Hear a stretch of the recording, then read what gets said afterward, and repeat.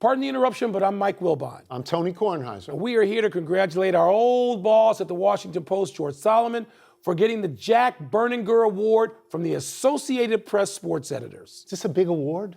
Of course not. If it was, George wouldn't have won it. You know, George ran for office in the Associated Press sports editors 10 times. He lost every time.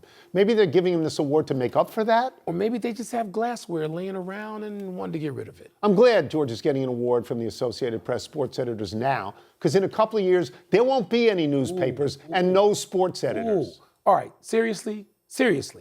George was a great editor. Yes. The GOAT. Yes. He was. He had a great eye for talent. He spotted you in college, brought you in as an intern. When I got there was Kindred and Bill Gilday and Boswell, Kenny Denlinger, Lenny Shapiro, Feinstein. Then he brought in Christine Brennan, John Ed Howard, and Aldridge and Sally. And David Remnick and John Ed Bradley, Richard Justice, Mark Maskey, Dave Sheinin. Yeah, he was able to identify all these terrific young sports writers. And the only thing he knew about good writing was he couldn't do it.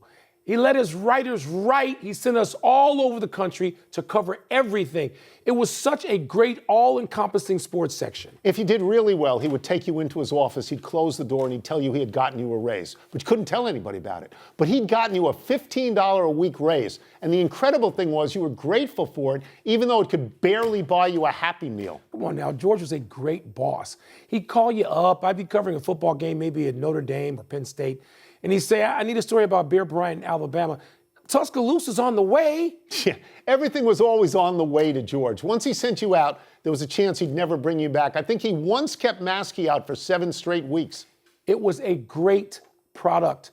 The Post was a great product under George Solomon. We were happy to work hard for him. Happy to be on such a great staff. Congratulations, George. Congratulations. By the way, is it just a plaque or is there some shop credit?